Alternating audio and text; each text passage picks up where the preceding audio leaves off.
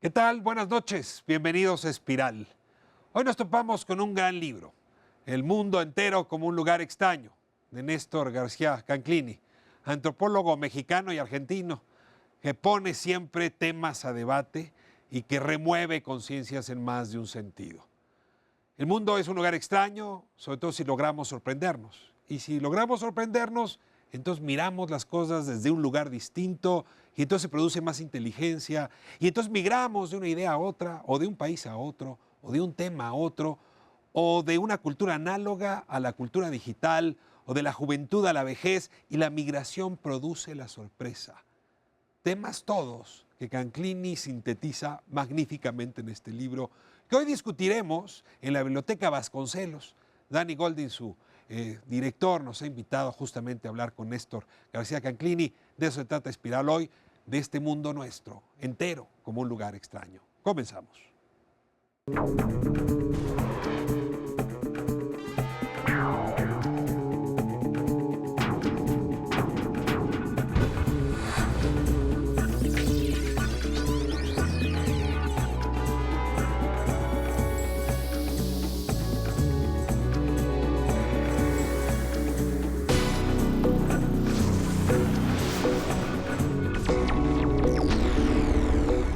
Le doy la bienvenida a Néstor García Canclini, antropólogo, crítico de la cultura, pensador, filósofo, en más de un sentido, escritor.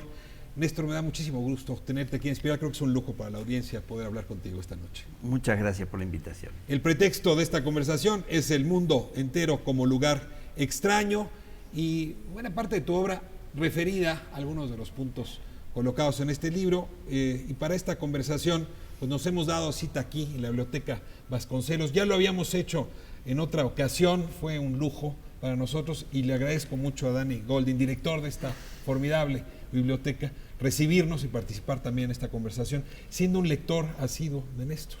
Exactamente. Muchísimas gracias, Ricardo, y gracias, Néstor, también por estar acá.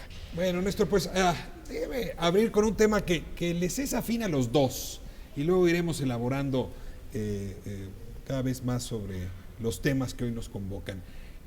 La lectura de este mundo extraño, de este mundo entero que pareciera tan extraño. Hay quien dice que hoy estamos leyendo menos. Tú lo llamas la crisis de la lectura. Y en alguna medida te vas mofando de esa propia expresión, porque, pues a pesar de lo que dicen algunas encuestas, alguna incluso la levantaste tú, querido Dani. Estrés. No es cierto que se está leyendo menos. Aunque tampoco sabemos muy bien qué se está leyendo y cómo se está leyendo. Entonces déjame iniciar con esta provocación. Más, menos, ¿cuánto se está leyendo y quién está leyendo, Néstor? Según las encuestas hechas en México, parecería que hay un estancamiento de la lectura, porque tanto la encuesta de 2006 como la de 2012 dicen que los mexicanos leemos en promedio 2.9 libros al año. Al mismo tiempo, la encuesta recoge otra información, por ejemplo, que aumentó el número de usuarios de computadoras, de Internet, de 2006 al 2012. Pero la encuesta no registra qué se lee y cómo se lee en las computadoras.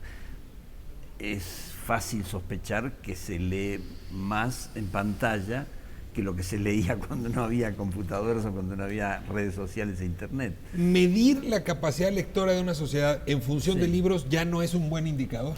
Yo creo que nunca lo fue, en realidad nunca lo fue. Hubo sociedades donde había pocos lectores que leían un solo libro y lo leían intensivamente. Creo que en algún momento, tratando de entender un fenómeno extraordinariamente complejo, y a medida que lo vamos estudiando nos damos cuenta que siempre ha sido extraordinariamente complejo y mucho menos complejo de lo que las prácticas, los discursos lo han querido ver. Nos hemos encontrado con que medirlo en términos de una unidad, un libro, es una medida completamente insuficiente para entender lo que pasa en los lectores. A ver, inspirado en las provocaciones que Néstor nos arroja todo el tiempo de, a ver, ¿por qué no intentamos redefinir? ¿No será que tendríamos que redefinir la palabra leer? Sí. Es decir, leer, tú dices, pues los letreros en las pantallas, leer en efecto textos, hipertextos, hipervínculos, leer signos en la sociedad. En fin, estamos arrojados a textos muy distintos a los que la era Gutenberg nos ofreció. Y por lo tanto se requerirían habilidades distintas. ¿Cuáles, Néstor? Aprender a leer como se lee en la escuela es indispensable, inclusive para leer aquellos mensajes que no suelen circular por la escuela, como las películas o los videos. Pero sí es bueno aprender a leer textos, que es lo que se destaca en el aprendizaje escolar. Pero leemos también imágenes, leemos combinadas imágenes con textos. De alguna manera, sobre todo cuando consultamos en pantalla, vamos pasando de textos a imágenes, a sonidos, nos movemos entre muchos soportes y discursos. Y por eso leer libros es una forma, junto con muchas otras en papel, que se han ido extendiendo. Cuando uno ve las encuestas desde el fin del siglo pasado hasta la actualidad, ven que predomina el papel, pero se fue ampliando a revistas, periódicos, entraron los cómics, las historietas en algún momento, porque se dieron cuenta que también ahí se leía, pero ya la historieta tiene muchas imágenes, a veces más que texto escrito. Y enseguida nos deslizamos a las computadoras, los celulares, los smartphones, los distintos soportes en que también aprendemos a leer de otra manera. No es solo que lea cuánto leemos, sino que vamos diversificando nuestra capacidad de captación. A ver, sí voy a tener que hacer una distinción entre los nacidos digitales y los que no nacimos digitales. En algún momento tú colocas entre quienes hoy tienen más de 50 años y quienes tienen menos de 50 años. Déjame hablar de los que yo estoy cerca, he llegado ahí, pero 50 años para arriba. Este mundo, déjeme llamarlo así, de la ciudad virtual, de la polis virtual, nos genera angustia. Se nos presenta con una suerte de torre de Babel, confusísima, ¿no? Que en efecto de una liga nos lleva a otra, de un texto nos lleva a otra, de una imagen a otra, y podemos pasarnos horas extraviados en esa ciudad virtual. Y yo pregunto, ¿cómo leer dentro de la torre de Babel? Porque la última vez que lo intentaron, fue por castigo, ¿no? No sé si esto sea en esta ocasión un castigo. Bueno, ya desde la época de los libros y aún antes se necesitaban traducciones, traductores. Hoy también, pero más, porque hay más lenguajes, más soportes, más maneras de relacionarse con el sentido y con sus crisis, ¿no? De vacilar, de dudar entre esas distintas maneras de construir significado. Pero aprendemos en todo eso. Entonces, es cierto lo de la angustia, pero yo agregaría ansiedad, porque hay tanto que no sabemos cómo elegir. Siempre esta sensación de lo inaprensible, lo que nos desborda, que es mucho más que en una biblioteca. Aquí vemos muchos estantes y podemos elegir incluso físicamente. Pero está ordenada, ¿no? Está ordenada. Creemos, al menos. Es lo que dice Humberto Eco, que Internet es una gran biblioteca desordenada, ¿no? Esa sensación de que no acaba, de que nos ofrece tanto, ¿no? Abrimos una página en Google porque buscamos una palabra, lectura, por ejemplo, y nos dice, bueno, hay 3.400.000. Entonces vamos pasando páginas, pero a la 10ª página ya decimos, ¿hasta cuándo tengo que seguir? Y hay algún momento que también nos preguntamos, ¿pero está editado de un modo razonable? Porque Google, por ejemplo, es un caos, da muchísima información, es magnífico, yo entro casi todos los días, pero cuando busqué, por ejemplo, antropología de los lectores en Google, me salieron 2 entradas que tenían algún sentido, se conectaban, antropología y lectura, pero después me salía una tercera que era un artículo cualquiera que empezaba diciendo queridos lectores, y en algún lugar más adelante aparecía la palabra antropología, pero no era el sentido con el que yo había entrado Entonces hay una labor de edición que tenemos que hacer con esto que nos genera ansiedad, mucho deseo, nos maravilla en muchos casos, que podamos acceder a tanta información sin salir de nuestro país, de nuestra ciudad, de nuestro cuarto, ¿no? Déjame centrarme en este Sí. personaje que Néstor mencionaba, el traductor, Sí. que no es lo mismo que el traidor, aunque los italianos quieran decir lo contrario. En los museos son los curadores Sí. de las obras de arte. En el periodismo son los reporteros, son los editores. Pareciera que esta Torre de Babel está exigiendo mayor rigor de esos personajes. Sí. Y voy a centrarme en uno, los profesores. O sea, antes el profesor era un libro abierto o cerrado, semicerrado. Hoy es más un traductor, es un facilitador. Y pareciera que en esta Torre de Babel son indispensables. ¿Estarías de acuerdo o más bien estamos arrojados a la educación por uno mismo? Yo creo que cada vez estamos más arrojados a una educación continua, permanente, y a una educación que está también buscando un cierto extrañamiento para encontrar los motivos propios frente a la educación. Digamos, se dice que se vive en una sociedad de la información, ¿no? Yo todavía no termino de entender qué quiere decir esa sociedad de la información, ni si forzosamente la búsqueda de la información te lleva a producción de valor, ¿no? Pero hay el momento en la escuela en donde se tiene que ver, se tiene que replantear si es la transmisión de la información o la producción de pensamiento propio o colectivo a partir de esto. Pero insisto, hay una crisis completa, por ejemplo, del lugar. Cuando tú hablabas de la ciudad virtual y hablabas un poco de la biblioteca, yo digo, uno antes empezaba a leer y la página que estaba leyendo era una página que te daba serenidad. Hoy tú empiezas a leer una página en internet y entonces te viene el metatexto y el metatexto te deriva y entonces no es una productora de serenidad. No.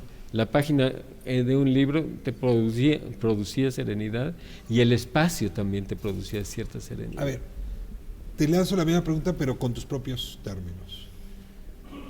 La respuesta da serenidad, la pregunta no. Y Néstor insiste en su libro una y otra vez que lo relevante hoy son las preguntas más que las respuestas. El traductor lo que hace es poner preguntas adecuadas. El profesor, el curador, hace las preguntas adecuadas. ¿Dirías que eso está cambiando? Sí, pero también el lugar del profesor cambia, porque siempre se ha dicho, desde que hay más o menos educación activa o interactiva, que los profesores aprendemos de los alumnos, pero nunca fue tan verdadero como hoy, cuando los alumnos tienen facilidades de acceso a los dispositivos digitales y de ahí incluso a los libros que no conocíamos los profesores, o revistas o artículos que están apareciendo en este momento, y en la propia aula nos cuentan lo que están descubriendo y nos sorprenden, y ahí efectivamente hay que repensar la tarea del profesor.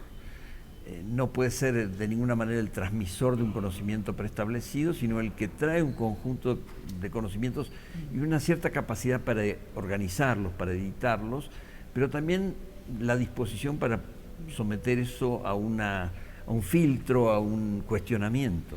Pero déjame insistir Sí. con esta idea. Antes el profesor tenía que darle la respuesta al alumno. Ajá. Ahora el profesor le tiene que enseñar a formular la pregunta correcta, porque la Sí. respuesta quién sabe cuál Sí. sea. Y también porque el conocimiento va modificándose con tal celeridad que mejor aprender a preguntar y no a memorizar respuestas, que pueden ser muy frágiles, pueden acabarse como respuestas en corto tiempo. Y porque la información viene mezclada, porque la gente viene a un espacio como este, a una biblioteca, a realizar muchas actividades, muchas tareas. Daniel nos podrá decir mejor.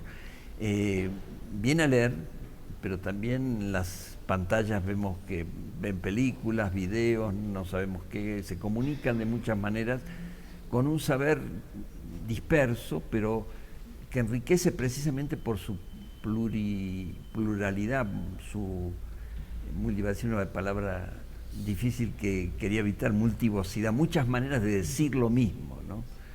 Y ese es un mundo magnífico donde se puede decir lo mismo de muchas maneras. El siglo XVII, el XVIII, el XIX, construía seres humanos cuyo conocimiento pretendía ser amplio. Los humanistas, los publicistas, podían hacer ciencias duras y ciencias blandas, ¿no? Y escribir la Constitución de Estados Unidos y hacer experimentos de la física, como Jefferson. Pero el siglo XX fue de especialistas. Se ha dicho mucho que el XXI va a ser un siglo que regresa a las mejores prácticas amplias del conocimiento y de las prácticas de aproximación al conocimiento. Déjenme irme a corte y me ayudan a entender si esto que se dice es cierto, que vamos a tener que volvernos otra vez practicantes de varias disciplinas y soltar la comodidad de la especialidad única. Vamos a corte y regresamos. Quédese con nosotros, estamos con Néstor Canclini aquí en Espiral.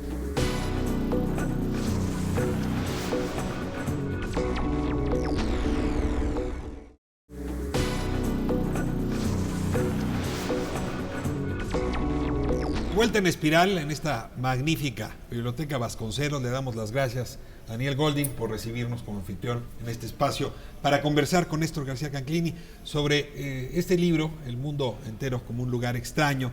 Dejé sembrado una serie todavía de preguntas en el bloque anterior. Déjenme regresar. Hoy, si uno anda en búsqueda de buena cocina, nos topamos con que la cocina hoy más reputada es la cocina fusión, cualquier cosa que esto quiere decir, pero que son desde técnicas, sabores, origen incluso de los productos distintos. Si uno habla de tecnología, lo citan esto en su libro, los carros híbridos hoy tienen gran reputación porque tienen posibilidad de moverse con dos tipos de energía distinta. Incluso los intelectuales mejor dotados son los que pueden ser híbridos de ciencias duras y ciencias blandas y conectar campos de conocimiento que normalmente estaban separados. O sea, pareciera que la sobrevivencia en la ciudad virtual pasa por la capacidad de ser flexible en las aproximaciones que uno utiliza al conocimiento. Te rogaría que elaboraras sobre este planteamiento que tiene el libro, Néstor. En el pasado, la vida de cada uno estaba organizada por la ciudad en la que vivía y un poco más ampliamente por la nación a la que pertenecía, de la cual era ciudadano. Hoy hay millones de personas que estoy entre ellos, ciudadano de más de un país, tengo más de un pasaporte. En la Unión Europea y en otras regiones se ha creado pasaportes compartidos, pero esto también es un fenómeno cultural, no solo jurídico, legal. Pasamos muchas otras fronteras, de disciplinas, decías hace un momento, de áreas de conocimiento, de lenguas también, aún dentro de la propia sociedad. Hay grandes ciudades como Nueva York, Londres, donde se hablan más de 100 lenguas, y tenemos que ir transitando, aunque solo conozcamos 2 o 3, por experiencias de vida y modos de decirlo, la experiencia muy distinta. Es un enriquecimiento formidable que tiene sus tropiezos, porque nos malentendemos, pero aprendemos que los otros tienen otra manera de hacer y decir. Eso es magnífico.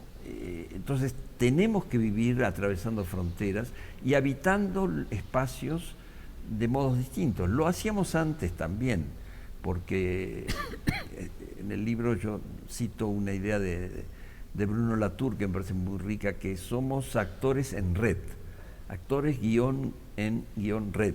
O sea, no somos sujetos aislados nunca. Estamos con alguna gente en nuestra propia casa, con otros en la iglesia, en el partido político, comunicándonos en red, a distancia con gente que no hemos visto y quizá no veremos nunca, pero hay una comunicación. Entonces vamos habitando espacios reales y virtuales muy diversos y tenemos que aprender a movernos por fronteras que a veces son tan duras como las físicas. El problema, creo que uno de los problemas que menciona Néstor también tiene que ver con que no solo somos extranjeros de un país, somos extranjeros de una cultura, de un ámbito, digo. Están los nativos digitales y los que llegan, los migrantes, ¿no? Hay toda clase de migraciones y de territorios más o menos propios, y creo que hay una continua tensión entre apropiarse de un espacio, un territorio, de sentirse nativo, de sentirse cómodo en un cierto lugar, y de que te sientes excluido o te sientes... Ahora, también hay cosas que están pasando y que son muy interesantes y que le está mencionando también Néstor. En principio el extranjero era esa persona que migraba, pero ahora entre la migración de un lugar a otro hay también culturas híbridas que se van de un lugar a otro y se van enriqueciendo, ¿no? Tú lo mencionas con los migrantes en Estados Unidos que regresan y envían remesas, no solo económicas, sino remesas culturales. Sino culturales, información, mensajes, traen videos, se los llevan de aquí para allá. Todo ese juego intercultural que es intensísimo y ocurre en todas las clases sociales. A ver, lo coloco junto a esa discusión, pero déjame cerrar con un argumento que tú das al principio del libro. El mundo de la cultura está tratando de entender y de explicar por qué las nuevas generaciones enloquecieron, yo diría con 3 textos, podría haber más, pero 3 son emblemáticos. Harry Potter, Crepúsculo y Hunger Games, que luego además se volvieron películas. Estos 3 textos, dices tú, se han leído quizá por el estilo, frases cortas, escritos en presente, con un narrador amable. Tendría que poner Las sombras de Grey también, entonces ahí sigue con estas lógicas. Pero hay algo de estos 3, y ya si me obligan el cuarto, que es constante: fronteras. A ver, Crepúsculo, la palabra misma, es una frontera. Entre la vida y la muerte es la historia, ¿no? Harry Potter, entre la realidad y la magia. Hunger Games, entre zonas. Es decir, literalmente toda la película se la pasan recorriendo fronteras que están levantadas por un gobierno que ya no puede sostenerlas más. Es decir, pareciera que son textos dedicados a explorar la frontera. Te pregunto y te regreso, ¿no será no solamente un asunto de estilo, sino que ese tema llama la atención? Y ya si pongo Las sombras de Grey, fronteras sexuales, que también están ahí colocadas. Sí, en esa versatilidad de la literatura, que es muy anterior a esta, por supuesto, pienso en Rayuela de Cortázar, que va y viene entre Buenos Aires y París y otros lugares. El Quijote recorre fronteras sin parar. Esa versatilidad corresponde hoy y se acentúa a lo que experimentamos todos los días, al movernos entre informaciones muy heterogéneas, que nos llevan a dudar. Por eso la importancia de las preguntas también y el decaimiento de muchas respuestas que antes nos daban un mundo organizado. Tenemos que preguntarnos más cómo pasamos de un lugar a otro, qué nos sucede, qué le sucede a los otros, cómo nos van a recibir, aunque sea en la propia ciudad. Dígame, tú has sido editor, y ayúdame a acercarme a ese lector joven adolescente. Está buscando entender esas fronteras. Por eso le interesa tanto ese tipo de literatura. Yo no tengo la impresión de que el joven lector esté buscando entender.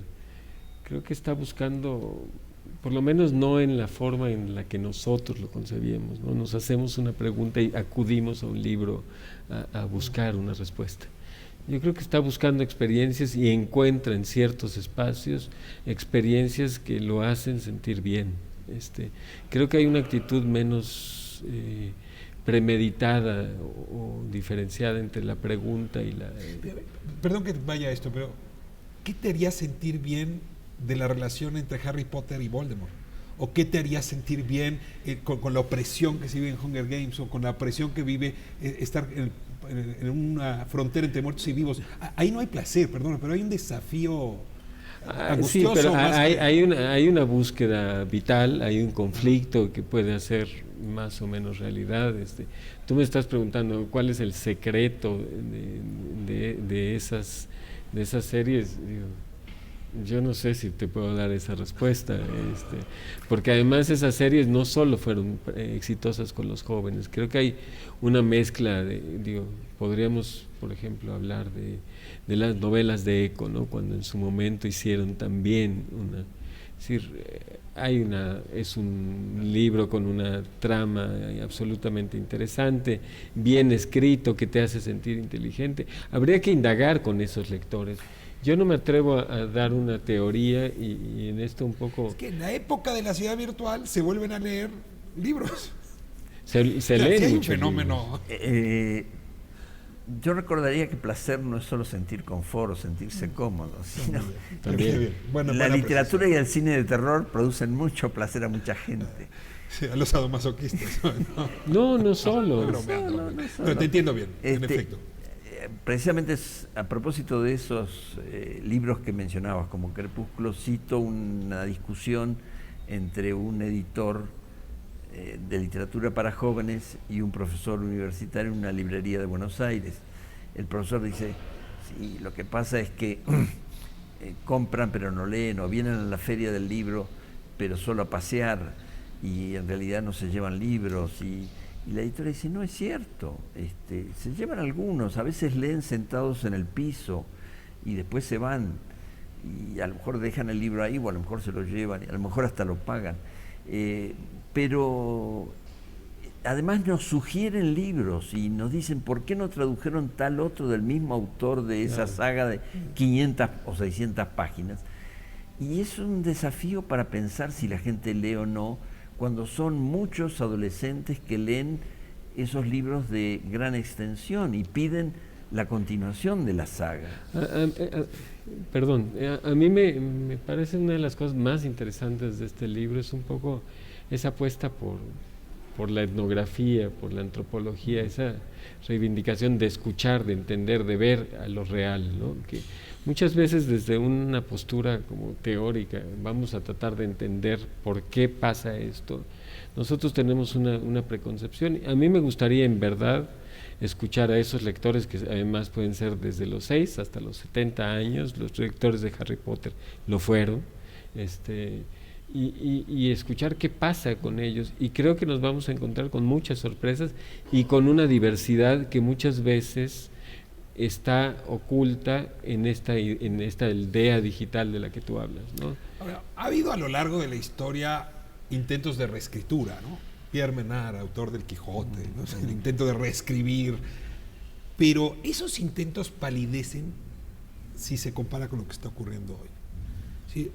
Harry Potter reescrito en el metro de una ciudad, de Tokio, en un teléfono, y versiones 1, 2, 3, 4, 5, y luego muchachos escribiendo novelas y subiéndolas a la red y traduciéndolas para que las lean en otro idioma. Decía Dani hace un momento, es que no solamente es una revolución de la lectura, es una revolución de la escritura.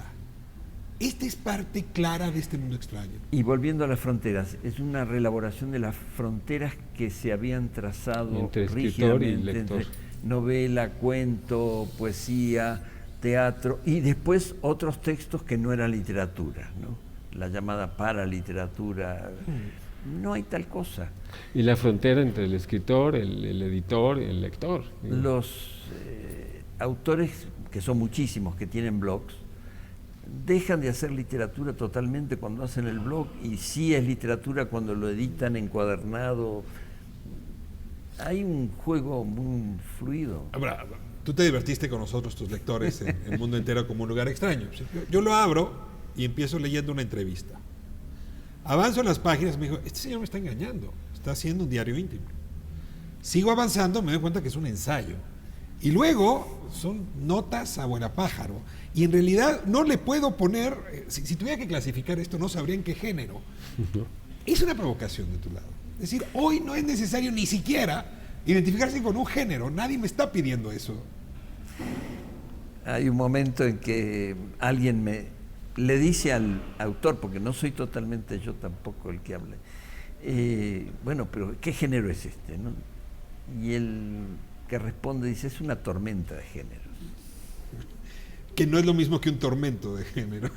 No, digo, creo que es importante lo que mencionas entre el tormento y la tormenta, porque una cosa que es este libro, es un libro extraordinariamente placentero para una persona que le gusta pensar la realidad, pensar lo real, que no siempre es lo mismo.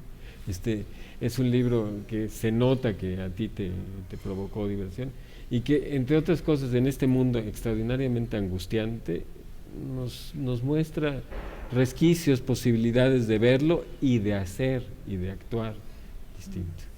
Y a mí me parece que esa función del pensamiento es extraordinariamente importante. Es un libro lúdico. Es un libro totalmente lúdico. A mí me Lo parece. va uno divirtiendo incluso por la destreza con la que transita entre géneros. Sí, y por la que cambia de puntos de vista, digo. Hay una parte que a mí me gusta muchísimo en donde hablas del marco teórico y esa cosa del marco teórico en México, ¿no? Como si fuese lo más importante, y tú dices, Esa es lo la importante es religión del lo académico. lo importante es el punto de vista, entre otras cosas porque se puede cambiar el punto de vista y porque hay muchos puntos de vista. Y me parece que eso es una extraordinaria reivindicación de la observación y de situar al lector y al público como productores de conocimiento también. Es decir, observen.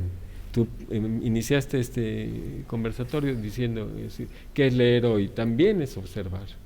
Me parece que eso es fundamental y observar puede ser producir conocimiento. Ahora, los ojos del observador importan mucho. Néstor García Canclini es un migrante. Decías, tengo un par de pasaportes, pues no se entendí, 2. O 3. Cuando No, argentino y mexicano, nada más. dices que aquí en México te dicen, pero no pareces argentino. No aclaraste qué te dicen en Argentina, pero no pareces mexicano, supongo. En fin. Me ha pasado entrar en alguna tienda en Buenos Aires y que me diga, usted no es de aquí, ¿no?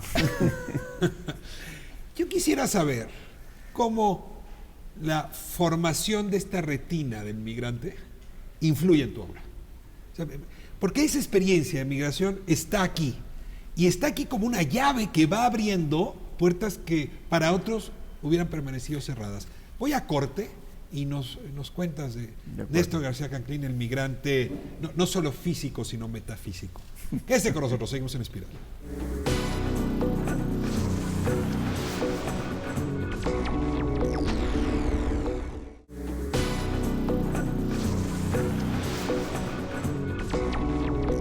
Estamos de vuelta en Espiral, en una conversación con Néstor García Canclini, aquí gracias a la hospitalidad de Daniel Golden en la Biblioteca Vasconcelos. Y regreso a este último bloque con un chiste sembrado oportunamente en el libro. Un chiste que yo no conocía, pero pues, dices tú es bastante socorrido. Un padre cubano le pregunta a su hijo, ¿qué quiere ser de grande? Y el niño le responde, extranjero, papá. Hoy ser extranjero es aspiración de muchos. Contrario a lo que uno hubiera supuesto en otras épocas. Ser migrante a los distintos mundos. Tú eres un migrante. Y yo quisiera saber de qué te ha servido esa condición que quizá tú no elegiste para hoy comprender la realidad esta que nos está tocando vivir del mundo extraño al que hace referencia tu libro. Sí, quisiera en primer lugar marcar lo que hay de doloroso y de pérdida en la migración.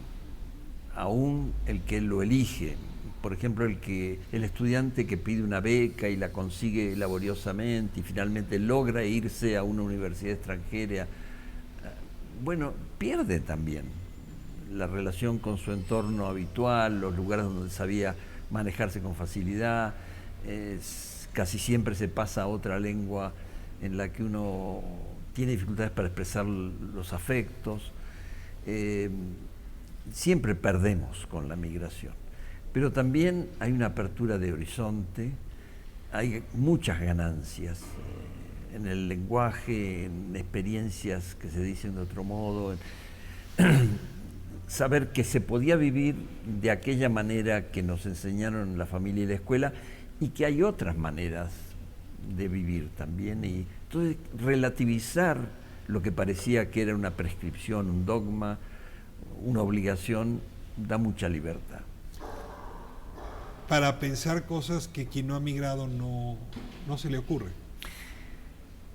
Hay la posibilidad de hacer una experiencia de dislocamiento, de extrañamiento de lo propio, si uno tiene la disposición de extrañarse, de decir, bueno, esto podría ser así, pero también de otra manera. Y sobre todo cuando vivimos en grandes ciudades multiculturales, donde hay tantas maneras de vivir. En la Ciudad de México cambiamos de colonia y ya experimentamos algo. De línea de metro. Sí. Entonces, la posibilidad de extrañarse está sin viajar muchos kilómetros. Hay que tener la disposición al riesgo. Ahora, tú hablabas hace un momento, Dani, de la capacidad del asombro. Y es que el migrante está obligado al asombro, porque está digamos, obligado a mirarse en el espejo, de ser el extraño, y al mismo tiempo que le parezca el alimento, los signos, las letras extraños. Ahora, eso obliga a una alerta neuronal que permite entender a la postre mejor el mundo que quien no tiene encendida esa alerta. Yo creo que eso justamente es algo interesante. Creo que no solo el migrante está obligado al asombro, todas las personas que estamos hoy, en esta sociedad tan extraordinariamente compleja, en cuyos discursos vienen bastante retrasados, ¿no? Es decir, lo que se está escuchando son conceptos que, tú lo dices una y otra vez, ya no dan cuenta de la realidad. Las preguntas no dan cuenta de la realidad. Entonces, todos estamos un poco obligados a ese asombro si queremos de alguna forma ser habitantes de nuestro tiempo, ¿no? Es decir, me parece que el que quiera estar más o menos vivo hoy debe tener un poco esa curiosidad, ese extrañamiento, ese alejamiento para ver qué tan normal es esto, qué tanto lo puedo ver desde otros lugares. Y hay, afortunadamente, muchas posibilidades de pasar de un lugar a otro para ver las cosas diferentes. Digo, en algún momento tú hablabas de la cuestión culinaria, ¿no? Yo recuerdo que hace 25 años en esta ciudad era prácticamente imposible comer tailandés o comer japonés o comer cualquier cosa. Digo, hoy tenemos, y la cocina nacional era también más reducida. Rígida. Más rígida. Lo que podías comprar en un supermercado era muy distinto. Hoy puedes mover, fusionar de forma distinta y también encontrar lo tuyo. Digo, porque hay un efecto también constrictivo del no ser extranjero. Digo, la extranjería también tiene un efecto liberador y la natividad, digamos, tiene un efecto que puede ser constrictivo, molesto, digo. Una de las cocinas más ricas de este país es la oaxaqueña. Muchos oaxaqueños se han ido a vivir a Los Ángeles. Si uno va a los restaurantes de Santa Mónica, hoy está lleno de cocineros oaxaqueños, que luego regresan a Oaxaca y entonces la cocina oaxaqueña está viviendo una suerte de fertilización impresionante por esa migración. Lo llamas tú, y lo dijiste hace un momento, remesa cultural. Desde tu punto de vista, déjame aterrizar en México, ¿cómo estamos viviendo en nuestro país la remesa cultural? Es decir, porque veíamos antes con bastante protección a ese mexicano que se fue y que trae costumbres raras. Y ahora parece que lo empezamos a vivir de manera más gozosa, pero todo esto lo digo de manera intuitiva. ¿Tú qué tienes las herramientas para observar esto? ¿Cómo se está viviendo la remesa cultural? Daniel fechaba hace 25 años ese cambio, y me acuerdo que en ese momento comenzaron a llegar los primeros McDonald's a la Ciudad de México. De una cola larguísima para comerse una. Y la alarma de que iba a desaparecer la comida mexicana, era la invasión. ¿Qué ha pasado? Me parece interesante hacer este seguimiento, porque en primer lugar la comida o el cambio gastronómico principal no es que hayamos pasado a llenarnos de McDonald's, sí, hay muchas más pizzerías y sushis que McDonald's. Y lo que ha ocurrido realmente es una diversificación de la gastronomía que nos permite disfrutar comidas muy distintas o rechazarlas, pero saber que ahí están y que podemos experimentar. Y la comida mexicana se ha enriquecido. De hecho, es una comida de fusión, porque la oaxaqueña, la poblana y la norteña están bastante alejadas. Y hay algunos elementos unificadores, como la tortilla, pero hay muchos elementos de diversidad que se han ido fusionando con el tiempo, en la medida en que muchos vinieron a la Ciudad de México, otros fueron a Estados Unidos, y estos movimientos crean relaciones muy fluidas entre formas distintas de ser mexicano. Pero tendrías a dos tipos de mexicanos. Uno que le tiene miedo y por tanto mira con desprecio al extranjero, incluso pregona en voz alta, no hablo inglés y qué. Y otro que vive con gozo la multiculturalidad. Yo te quería preguntar, observando que estos dos mexicanos, o seguramente muchos más, pero coexisten, ¿quién de los dos tenderá a prevalecer? Porque los veo sin comunicación entre ellos. Y no estoy todavía hablando de política, aunque voy a hacerlo en un momento. Es un problema cómo coexisten. Yo no sé si uno de los dos va a prevalecer. En general, en todas las sociedades que conozco hay estas dos tendencias que son más, como dices, pero polarmente se puede decir los etnocéntricos, los nacionalistas, los muy seguros de lo que ya tienen, y los que se abren, e incluso a veces por esnobismo, por fascinación, se apropian de todo lo que pueden y lo convierten en signo de distinción. El asunto es coexistir. Yo no creo que ni uno vaya a prevalecer frente al otro. Claro. Ahora, para coexistir se requiere la política. Sí. Y citas ahí en el libro a Jacques Rancière, donde el planteamiento importante es que la política debe servir para construir consensos o al menos para resolver desacuerdos. Pero uno navega páginas adelante en el libro y aparece el título en los capítulos que dice Democracia canalla, que es exactamente lo contrario a construir acuerdos y consensos. A ver, Dani, ¿dónde está la posibilidad de hacer política o de vivir en una democracia canalla hoy? Es decir, ¿de qué depende que podamos estar en un escenario o en otro, asumiendo casi por consenso que prevalece más la democracia canalla que la política de la Rancière? Yo creo que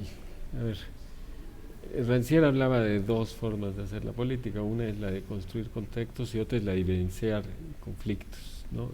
Y me parece que y darle voz también a aquello que está silenciado, aquello, y yo creo que parte del asunto tiene que ver también con eso, ¿no? Digo, estamos hablando todo el tiempo del mundo digital como si fuese un mundo, y digo, en esta biblioteca se ve, me pasó hace unos días que alguien en un curso de cultura digital acá, para facilitar el acceso a la cultura digital, alguien me dijo, deberían ustedes hacer un examen, porque no se vale que los que saben entren a este curso. Es decir, es un cambio, ¿no? Es decir, y yo creo que hay un montón de gente silenciada que la política una política democrática debería dejar mostrar. Y la construcción de consensos suele ser una cosa en donde se homogeniza y digamos, no se puede vivir con el conflicto y con la diferencia, ¿no? Entonces, me parece, hay una parte de la política en donde pues se ha trivializado, tú lo dices también un poco. En un momento los medios los políticos estaban muy preocupados por los medios y la televisión, y de repente los discursos públicos tienen que ver más bien con las filtraciones en redes sociales de cosas absolutamente banales o íntimas de los personajes públicos. Esa es parte de la democracia canalla y es parte de la democracia que yo creo que no querremos vivir. El cinismo como una forma de lo público, ¿no? Adelante. Sí,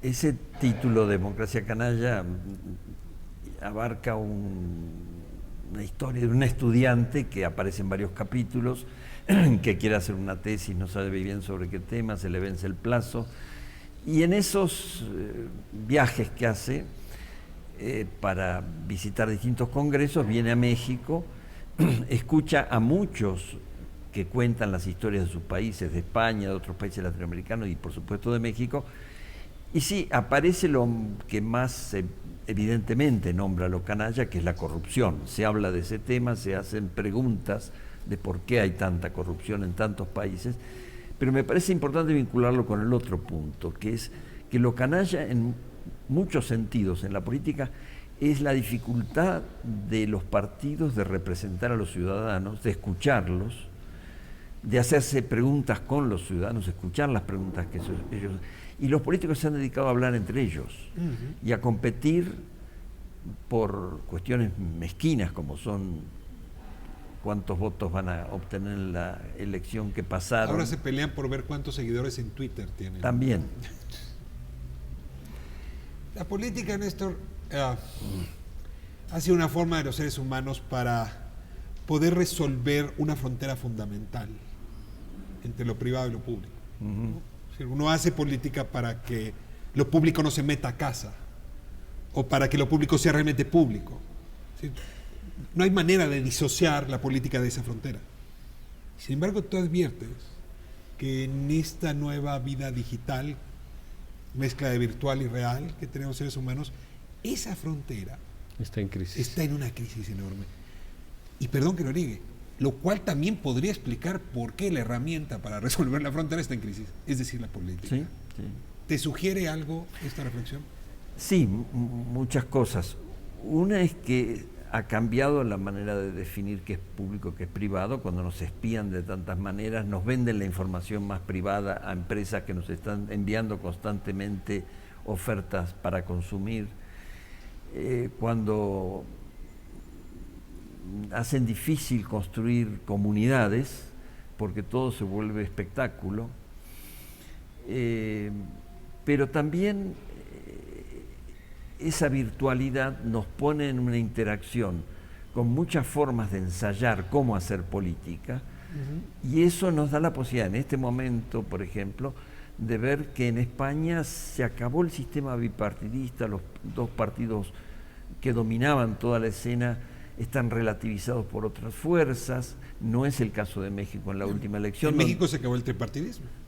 Pero con una diversificación poco consistente, con partidos sobre los que uno se pregunta, por lo menos uno, si después de todo lo que hizo en la campaña preelectoral debería seguir teniendo el registro con legitimidad. Entonces, hay reglas también para garantizar que esa apertura del juego político que abre para que no solo 2 o 3 partidos tengan, no tiene que hacerse con más claridad, ¿no? Con honestidad, pero sobre todo con claridad en cuanto a las reglas, el modo de interactuar, la claridad entre representados y representantes, y eso me parece que es lo que nos está faltando en México, ¿no? Cierro con una última pregunta relativa a este tema. El oficio político suele ser el último que cambia en las sociedades. Es muy probable que el primero que empieza a modificar, y Néstor ha trabajado mucho el tema, es el artista, ¿no? Va conviviendo, coexistiendo con los cambios de valores, de símbolos, de signos, y entonces su obra es una expresión de eso que percibe. Luego supongo que el empresario. El empresario tiene que vender productos, tiene que atender a sus compradores, a sus clientes. Pero el político tarda mucho, casi una década, en que se entere de que algo se movió. Yo quisiera preguntar, ¿qué tan cerca estamos ya en nuestra sociedad de que el político perciba que esta realidad con la que se enfrenta tiene nada que ver con lo que tiene en su cabeza o con su escenario o con este diálogo que tienen a dos entre políticos?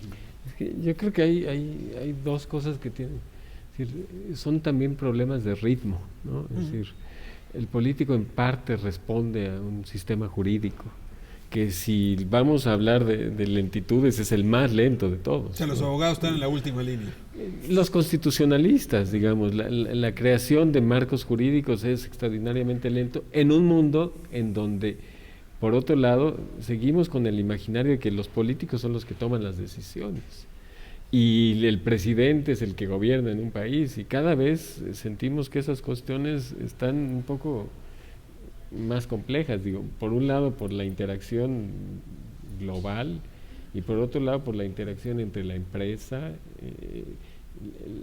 tú lo hablas en muchos momentos. Ese punto me parece que complejiza aún más la situación, porque por lo menos desde Fox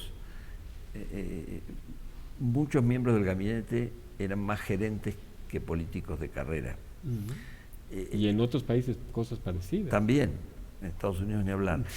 esa confusión entre lo público y lo privado, entre el Estado y la empresa y los ciudadanos. Fronteras cruzadas. Y ahí sí es necesario restablecer ciertas fronteras y delimitar y aclarar, ¿no? Pero agregaría un actor que todavía no mencionamos. ¿Por qué? Venimos hablando todo el programa de que para acercarse al conocimiento, para acercarse a la Torre de Babel, hay que cruzar fronteras, hay que emigrar. ¿Por qué en política no? ¿Por qué no el ciudadano, Kumamoto, se vuelve diputado y el político intenta presentarse como ciudadano? Hay una cosa. o la esposa del expresidente. Juego de máscaras. Pero algunas máscaras son más legítimas que otras, porque se muestran. Hay un momento en que Kumamoto se saca la máscara y dice: yo quiero hacer política, ¿no? No soy simplemente un ciudadano, pero vengo del movimiento social, esto es lo que me importa, que es un actor que creo que todavía no habíamos mencionado. Hay políticos, hay empresarios, pero hay un crecimiento de movimientos sociales en México. 132 fue una de esas explosiones, Movimiento de Paz y Justicia, otros. Pero hay también otros movimientos que están presentes en la sociedad, a veces regionalmente, en Ciudad Juárez, en Guerrero, en las zonas más calientes y dolidas, y están. La cuestión es que los partidos y los empresarios se abran y escuchen. Entiendan ese tema. No solo se hagan estudios de clientela electoral o clientela para consumir, ¿no? Podríamos esperar un segundo tomo de Néstor, que se llama La política entera como un lugar extraño. Ha sido una delicia de conversatorio. Yo ya empiezo a pensar, desde luego, que son los invitados, pero también el lugar. Dani, muchas gracias por invitarnos a esta biblioteca a conversar. Gracias por la oportunidad de Espiral de tocar estos temas que nos arrojan a más preguntas que respuestas, Néstor, como tu libro. Y desde luego, recomendarle enormemente a la audiencia que lean El mundo entero como un lugar extraño, de Néstor García Canclini. Con esto nos despedimos esta noche en Espiral. Nos vemos próxima semana, igual misma hora aquí en su canal 11. Muchas gracias por habernos permitido cruzar la frontera virtual y entrar a sus hogares.